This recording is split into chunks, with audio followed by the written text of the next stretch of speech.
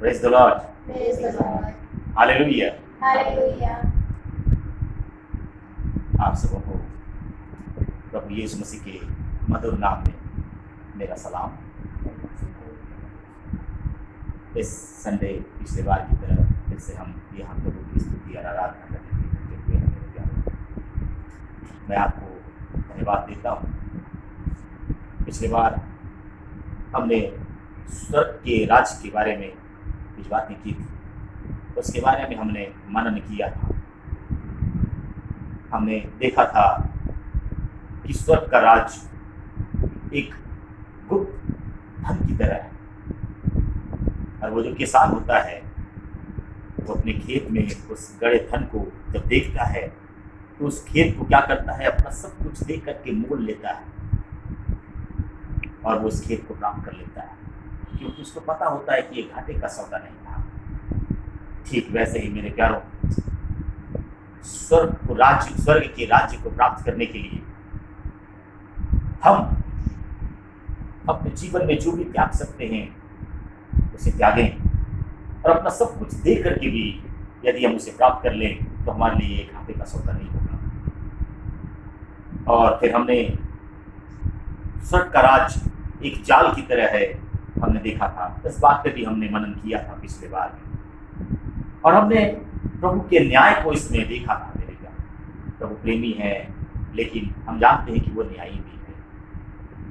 और हमने उसमें देखा था कि कैसे एक मछुआरा जो है जाल डालता है और मछली पकड़ता है, और जो उपयोगी मछलियां होती है वो उसे अपने पास में रख लेता है, और जो अनुपयोगी मछलियां जो है उसे क्या करता है, वो फेंक देता है।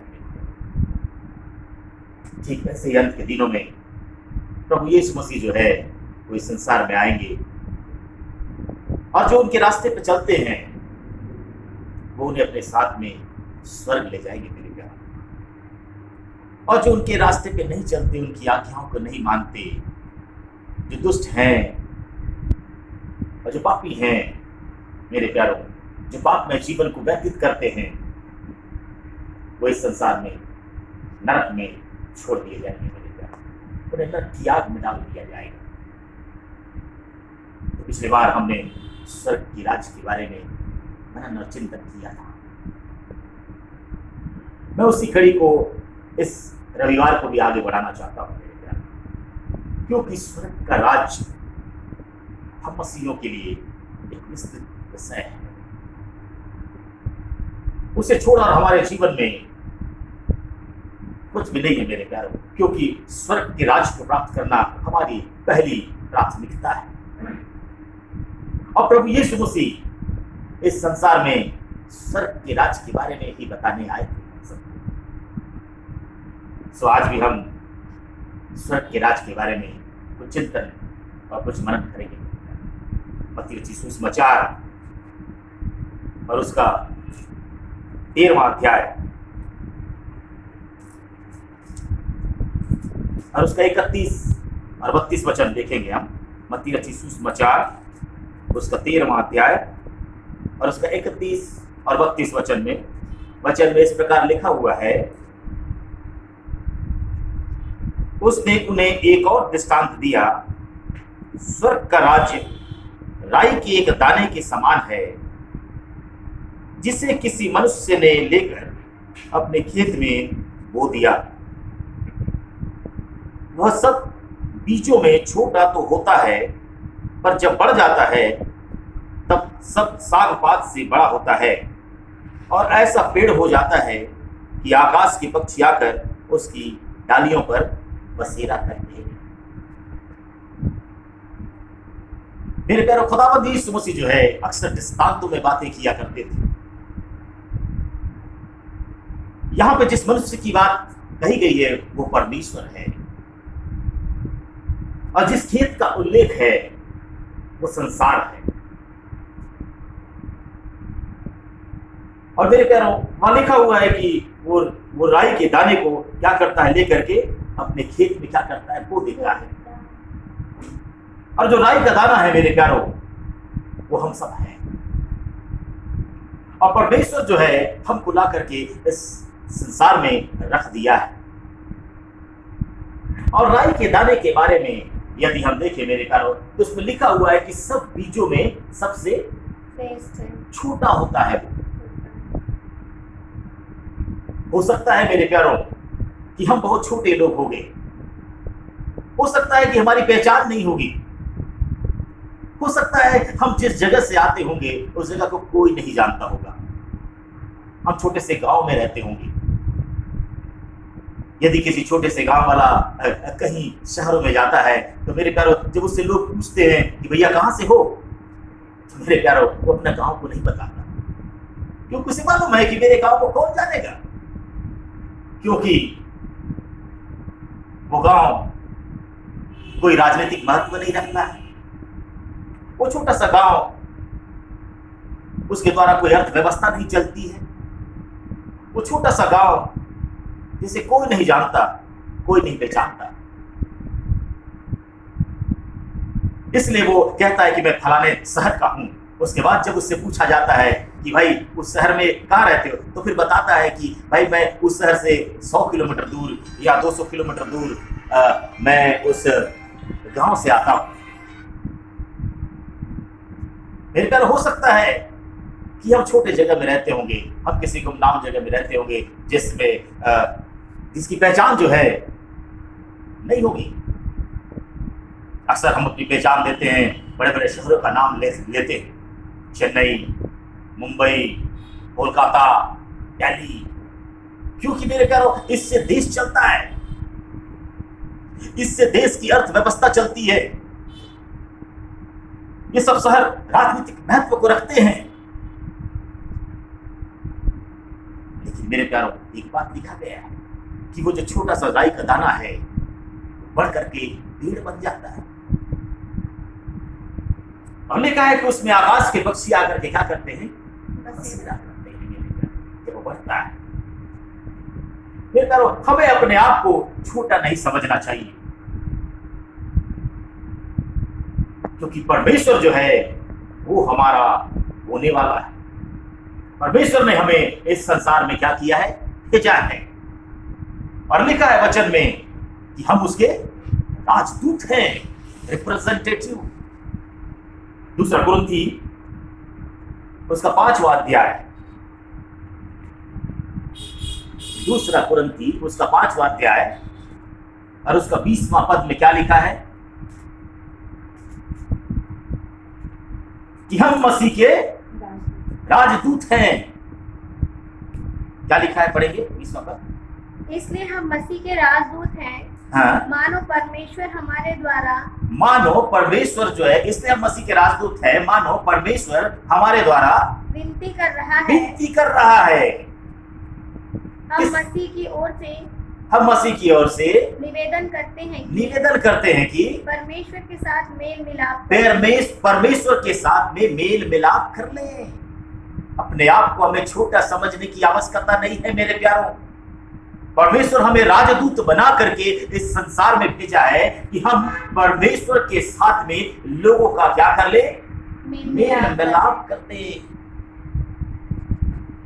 अपने जीवन से परमेश्वर की जो पहचान है उससे हम प्रकट कर दें, ताकि लोग जान नहीं पाए कि हम किसके लोग हैं। वो परमेश्वर का जो स्वभाव है वो हमारे अंदर में आने पाए। हमें कभी नहीं ये नहीं सोचना चाहिए कि हम किस जगह से आते हैं, हम कितने छोटे हैं। यदि प्रभु यीशु मसीह के बारे में यदि हम देखें मेरे प्यार में, तो एक छोटे से जगत में पैदा हुआ था। उसके माँ बाप जो हैं वो नासरत के थे, और जब प्रभु यीशु मसीह पैदा होने वाले थे तो वो बैतलहम में आ गए थे। एक सरकारी आज्ञा के अनुसार वो बैतलहम में नाम लिखाने आ गए थे, और वहां एक गौशाले में जो है दुनिया का बनाने वाला पैदा होता है। और उसके बाद में क्या होता है कि वो मिस्र में चले जाते हैं, क्योंकि हेरोदेस जो उस समय का शासक था मेरे प्यारों, वो बच्चों को कत्लेआम कर रहा था कि कहीं पे ये राजा जो नया राजा पैदा हो गया, ऐसा सोच करके वो बच्चों को कत्लेआम कर रहा था। उसके बाद मिस्र में जाने के बाद में 2 साल के बाद में फिर से वो उस नासरत में आ जाते हैं। नासरत जो है जिसे गलील भी कहा जाता है मेरे प्यारों, फलस्तीन के उत्तरी क्षेत्र में वो स्थित है। उसका कोई राजनीतिक महत्व नहीं है। नासरत का एक छोटा सा जगह जहां प्रभु दुनिया का बनाने वाला वहां पे विचरण करता है, उसका बाल्य अवस्था जो है वहां पे कटता है, वो वही गलील के आसपास में फिरता है। एक मामूली सा घर में वो पैदा होता है, एक मामूली सा काम, पढ़ाई का काम वो अपने माँ बाप के साथ में करता है। लेकिन एक चीज है, वो हमेशा परमेश्वर के साथ में अपना संपर्क बनाते था, उसकी संगति में उठता बैठता था, वो अपने पिता के साथ में मेरे प्यारों बातचीत किया करता था, ताकि उस स्वभाव को, जो पिता का स्वभाव है, उसके अंदर में बरकरार रहे। आज हम छोटे जरूर हो सकते हैं, छोटे जगह से जरूर हम आ सकते हैं मेरे प्यारों, लेकिन हमें उसके गुणों को प्रदर्शित करना है। परमेश्वर के जो गुण हैं उसे हमें दिखाना है, हमें देख करके लोग कहने पाए कि ये परमेश्वर का बंदा है, ये बहुत नेक आदमी है। प्रभु यीशु मसीह के बारे में लिखा हुआ था कि वो मनुष्य के अनुग्रह में और परमेश्वर के अनुग्रह में दोनों में बढ़ता गया। जरा सोचिए, एक छोटा बच्चा किस प्रकार आज्ञाकारिता के साथ में अपने माँ बाप के साथ उस कामों को कर रहा था। मनुष्य जो स्वार्थी होते हैं, वो उनका अनुग्रह भी उसके साथ में था। क्या हमारा जीवन उस यीशु की तरह है? क्या लोग हमारे व्यवहार को पसंद करते हैं? क्या हमारे व्यवहार से हम प्रभु यीशु मसीह को दर्शाते हैं? वो छोटे से जगह से पैदा हुआ मेरे प्यारों, जिसका कोई नामो निशान नहीं था। जब फिलिप्पुस नतनिएल से बोलता है कि हमें यीशु मिल गया है, तो नतनिएल क्या बोलता है? पहला पत्रस देखिएगा, यूहन्ना देखिएगा, यूहन्ना उसका पहला अध्याय, उसका 45-46 पढ़िएगा। यूहन्ना पहला अध्याय, उसका 45 और 46 वचन। यहां पे जो है नतनिएल जो है, नतनिएल के पास में फिलिप्पुस आ रहा है, और फिलिप्पुस नतनिएल से क्या कह रहा है, सुनिए। फिलिप्पुस नतनिएल से मिला और उससे फिलिप्पुस जो है नतनिएल से मिला, नतनिएल एक व्यक्ति था, उससे मिला और उससे कहा जिसका वर्णन मूसा ने व्यवस्था की किताब में जिसका वर्णन जो है मूसा ने किया है और भविष्यवक्ताओं ने जो किया है, वह हमको मिल गया है। वह यूसुफ का पुत्र यीशु नासरी वो यूसुफ का पुत्र जो है यीशु नासरी है। और नतनिएल उससे क्या बोलता है, देखिए। नतनिएल ने उससे कहा, नतनिएल जो है उससे क्या कहता है, क्या कोई अच्छी वस्तु भी नासरत से निकल सकती है? फिलिप्पुस ने उससे कहा, चल कर देख ले। मेरे कहने का मतलब ये है मेरे प्यारों, कि वो नासरत कितना महत्वपूर्ण था, ये मैं बताना चाह रहा हूं। नतनिएल कह रहा है उससे, अरे नासरत से भी कोई अच्छी वस्तु निकल सकती है। अर्थात मेरे प्यारों, उस नासरत का कोई बहुत बड़ा महत्व नहीं था।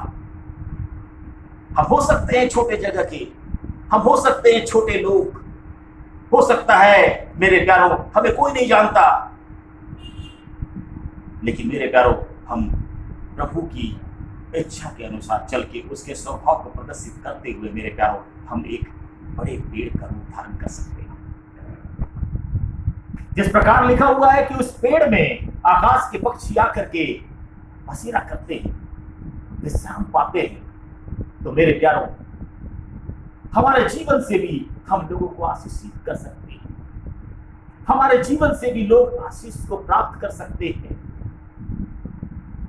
हमारे अंदर में वो दया, वो तरस प्रभु यीशु मसीह का होना चाहिए मेरे प्यार। प्रभु यीशु मसीह बढ़ते गए, उसके बाद उन्होंने लोगों की सेवा की, भूखों को प्रभु यीशु मसीह ने रोटी खिलाया, अंधों को आंखें दी, कोढ़ियों को चंगा किया, मुर्दों को जिलाया। सेवा का काम प्रभु यीशु मसीह ने किया मेरे प्यारे। आज मेरे और आपके जीवन में हमने इतने वर्ष को पूरा कर लिया है। कोई 50 साल जी लिया, कोई 60 साल जी लिया, कोई 70 साल जी लिया होगा मेरे प्यारों। आज हमको अपने जीवन का आकलन करके देखना पड़ेगा कि बचपन से लेकर आज तक जो प्रभु ने हमको जीवन दिया, अर्थात जो बीज प्रभु ने बो दिया मेरे प्यारों, अर्थात प्रभु ने हमको इस संसार में जो है रख दिया मेरे प्यारों, हमारे द्वारा कौन से कार्य किए गए कि हम कह सकें कि हम प्रभु के राजदूत हैं। प्रभु ने हमसे पहले पत्रस में क्या कहा है? पहला पत्रस 2 उसका 9 में पत्रस क्या कहता है? पहला पत्रस उसका 2 उसका 9वां पद। पर जब तुम एक चुना हुआ वंश, हम एक चुना हुआ वंश और राजपदधारी याजकों का समाज है, और पवित्र लोग और नीच प्रजा हो कहता है। इतनी सारी बातें हमारे लिए कही जाती है कि तुम जो हो एक राजकीय पदधारी लोग हो, हम राजकीय वंश के हैं। ये प्रभु हमें सम्मान देना चाहता है। हम ऐसे लोग हैं, लेकिन मेरे प्यारों हमारे कार्य कैसे हैं? क्योंकि हमारे कार्य से ही हमें पहचाना जाएगा। प्रभु यीशु मसीह की पहचान पूरी दुनिया में उसके कार्यों से हुआ। प्रभु यीशु मसीह वो गलील में फिरते हुए एक अशिक्षित लोग और अनपढ़ लोग, जो अशिक्षित और कम पढ़े लिखे जो लोग थे मेरे प्यारों, उन्हें अपना चेला बनाया। मुट्ठी भर लोगों के साथ में उन्होंने अपना सेवा का काम शुरू किया मेरे प्यारों। और उसके बाद आज अगर संसार में देखें मेरे प्यारों, तो पूरी दुनिया उस प्रभु को मानती है।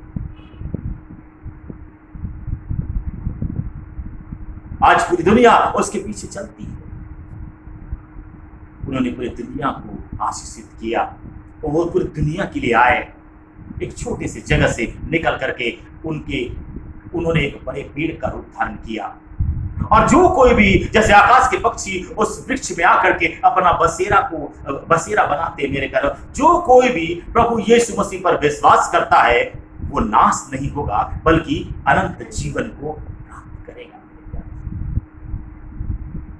क्या हमारे जीवन से क्या लोग आशीषित होते हैं? क्या हमारा जीवन ऐसा है कि लोग उससे आकर्षित हों, उससे आशीष को प्राप्त करें? क्या हमारे अंदर में सेवा की भावना है? दूसरी जो बात है मेरे प्यारों, एक और बात, एक और दृष्टांत जो है प्रभु यीशु मसीह ने कहा। 13वां अध्याय, मत्ती रचित सुसमाचार उसका 13वां अध्याय और उसका 24वां वचन से मैं आपको पढ़ दूंगा, 24वें पद से। यीशु ने उन्हें एक और दृष्टांत दिया कि स्वर्ग का राज्य उस मनुष्य के समान है जिसने अपने खेत में अच्छा बीज बोया। पर जब लोग सो रहे थे तो उसका शत्रु आकर गेहूं के बीज, जंगली बीज बोकर चला गया। जब अंकुर निकले और बालें लगी तो जंगली दाने के पौधे भी दिखाई दिए। इस पर गृहस्थ के दासों ने आकर उससे कहा, हे स्वामी, क्या तूने अपने खेत में अच्छा बीज न बोया था? फिर जंगली दाने के पौधे उसमें कहां से आए? उसने उनसे कहा, वह किसी शत्रु का काम है। दासों ने उससे कहा, क्या तेरी इच्छा है कि हम जाकर उसको बटोर लें? उसने कहा, नहीं, ऐसा न हो कि जंगली दाने के पौधे बटोरते हुए तुम उसके साथ गेहूं भी उखाड़ लो। कटनी तक दोनों को एक साथ बढ़ने दो, और कटनी के समय मैं काटने वालों से कहूंगा कि पहले जंगली दाने के पौधे बटोरकर जलाने के लिए उसके गट्ठे बांध लो और गेहूं को मेरे खत्ते में इकट्ठा करो। ये दूसरा जो दृष्टांत है मेरे प्यारों, ये भी प्रभु के न्याय के बारे में बता रहा है। जैसे कि एक राई के दाने को मेरे प्यारों वो मनुष्य जो है अपने खेत में बोया, ठीक परमेश्वर ने हमें भी इस संसार में भेजा। इस दृष्टांत में भी मेरे प्यारों खेत जो है वो संसार है और जो होने वाला है वो परमेश्वर। हम अच्छे रूप में पैदा हुए मेरे प्यारों, हमें बेहतर बना करके इस संसार में हमें भेजा गया। मैं जानता हूं मेरे प्यारों कि मनुष्य के जीवन में परेशानियां आती हैं, नाना प्रकार की परेशानियों से मनुष्य का जीवन भरा हुआ होता है। आज के समय में भी अगर देखें मेरे प्यारों तो मनुष्य बहुत परेशान है। जो लोग रोज काम करके खाने वाले हैं लॉकडाउन की वजह से परेशान है मेरे प्यारों। लेकिन मेरे प्यारों हम जानते हैं कि इस लड़ाई को हम घर के अंदर रह करके ही जीत सकते हैं। मनुष्य के जीवन में नाना प्रकार की परेशानियां बचपन से ही लगी रहती है उसके साथ में, और मनुष्य उन परेशानियों के साथ में जीता है मेरे प्यारों। उस परेशानियों से लड़ते हुए अपने जीवन को जीता है। आज ये कोरोना वायरस है मेरे प्यारों, ये भयभीत करके रखा है हमको, और इंसान इसके साथ में पूरा विश्व जो है लड़ रहा है। आज बहुत से लोगों की नौकरियां जो है वो चली जाएगी, क्योंकि अर्थव्यवस्था जो है वो नीचे गिर चुका है। बहुत से कंपनी वाले अपने वर्कर्स को निकाल देंगे, बहुत से लोग बेरोजगार हो जाएंगे मेरे प्यारों। अर्थव्यवस्था की मार प्रत्येक देशों में पड़ जाएगी, मनुष्य का जीवन दुर्भर हो जाएगा मेरे प्यारे। हो सकता है आने वाले दिनों में ये परेशानियां हमारे पास आ जाए। लेकिन मेरे प्यारों एक चीज तो है, ये परेशानियां ये जंगली बीज की तरह है, जो दुष्ट जो शैतान हमारे बीच में बो करके चला गया। और मेरे प्यारों जब प्रभु के जो स्वर्गदूत हैं वो प्रभु से कहते हैं कि क्यों हम इस जंगली बीज को निकाल दें, तो प्रभु बोलता है नहीं, रहने दो। कहीं ऐसा ना हो कि इस जंगली बीज को निकालते निकालते तुम अच्छे बीजों को भी, अच्छे गेहूं के बीज को भी ना निकालो। इसलिए रुको, आखिरी तक रुको। मेरे प्यारों परमेश्वर जो है, प्रभु यीशु मसीह जो है, वो अंत के समय में आएंगे, वो न्याय के लिए आएंगे मेरे प्यारों। यही तो हमारी परीक्षा है, हम मनुष्यों की परीक्षा है कि हर परेशानी में, हर विपत्ति में यदि हम प्रभु पे अपना मन लगाएं, प्रभु को स्मरण करें, तो मेरे प्यारों सहायता हमें वहां से मिलेगी। प्रभु सब ठीक करेगा, प्रभु सब उपाय देगा कि किस प्रकार से हम बचे। प्रभु बुद्धि देगा, प्रभु समझ देगा, प्रभु शासकों को बुद्धि देगा, प्रभु शासकों को समझ देगा, वो युक्तियों को निकालेंगे। प्रभु योजना को देगा कि सरकार उस योजना के तहत जो है हम सबका बेहतर इंतजाम कर सके। जैसे हम आज सरकार के गाइडलाइन को मानते हुए आज घर पे रह करके इस कोरोना से लड़ रहे हैं मेरे प्यारे, ठीक उसी प्रकार जो है परमेश्वर का जो गाइडलाइन है, प्रभु यीशु मसीह का जो गाइडलाइन है मेरे प्यारों, उससे हम पूर्ण करते हुए इस संसार की परेशानियों से हम लड़ते चले जाएंगे। प्रभु यीशु मसीह चाहता है कि ये तो बीज है, ये दोनों बड़े एक साथ में, जो जंगली बीज और जो अच्छे बीज, ये दोनों एक साथ बढ़े। कई बार ऐसा होता है मेरे प्यारों कि हम लोगों को देखते हैं, हम दुष्टों को देखते हैं कि वो फल फूल रहे हैं, हम सोचने पे मजबूर हो जाते हैं कि हम बेहतर, हम अच्छा जिंदगी जी रहे हैं, हम प्रार्थना दुआ के साथ में जी रहे हैं मेरे प्यारों, और हम जो है, और ये जो लोग हैं ये दुष्टता कर करके ये जी रहे हैं मेरे प्यारों। ये प्रभु बताना चाहते थे इस दृष्टांत के द्वारा कि इन्हें भी बढ़ने दो, लेकिन न्याय के दिन आएगा मेरे प्यारों। एक दिन आएगा कि जो दुष्ट हैं वो समाप्त हो जाएंगे। उस दिन प्रभु छांटेगा, जो अच्छे लोग हैं उनको छांटेगा, और जो दुष्ट लोग हैं उनको छांटेगा मेरे प्यारों। और जो दुष्ट लोग हैं वो आग की भट्टी में डाल दिए जाएंगे, वो नरक में डाल दिए जाएंगे। और जो अच्छे लोग हैं, जो अच्छे बीज जिससे कहा गया है, जो गेहूं का बीज है, उसे प्रभु कहता है कि मेरे खत्ते में उसे रख देना। यही स्वर्ग का राज्य है मेरे प्यारे। प्रभु यीशु मसीह जो है उसी राज्य में हमको ले जाने आ रहे हैं। हमें विचलित नहीं होना है परेशानियों से, हमें दिक्कतों से विचलित नहीं होना है। संसार में नाना प्रकार की विपत्तियां आ सकती है जिससे जो हमको विचलित कर सकती है, लेकिन मेरे प्यारों एक बात याद रखना कि प्रभु यीशु मसीह हमारे सामने है। यदि हम उसे स्मरण करके चले, यदि उनके स्वभाव को अपने अंदर में डालें, तो वो सहनशीलता हमारे अंदर में आएगी, वो दया आएगी, वो करुणा आएगा, वो उसका पूरा स्वभाव आएगा मेरे प्यारों। और जिस प्रकार प्रभु यीशु मसीह को आज पूरा दुनिया जानता है मेरे प्यारों, ठीक वैसे ही आप भी इन परेशानियों से लड़ते हुए उस स्वर्ग राज की नागरिकता को प्राप्त कर लेंगे जो प्रभु मुझे और आपको देना चाहता है।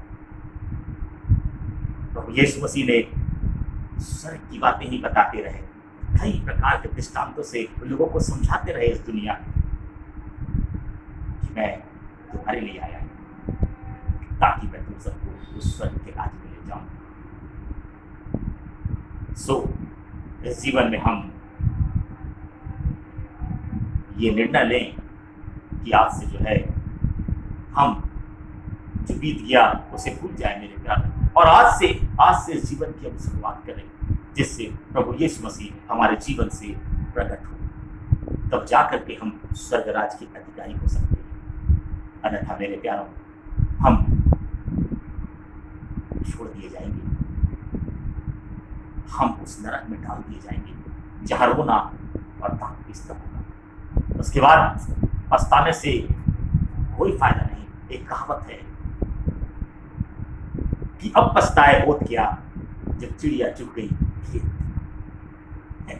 मेरे प्यारों यही जीवन है, और इसी जीवन में हमें उन कार्यों को पूरा करना है जो प्रभु यीशु मसीह ने बताया है। हमें उस प्रकार का जीवन जो है हमें जीना है ताकि हम उस राज में एंटर कर सकें। आज वक्त है कि हम अपना रजिस्ट्रेशन जो है उस स्वर्ग राज में करा लें। आज प्रभु यही हमसे कहना चाहता है। प्रभु नहीं चाहता कि कोई भी नाश हो।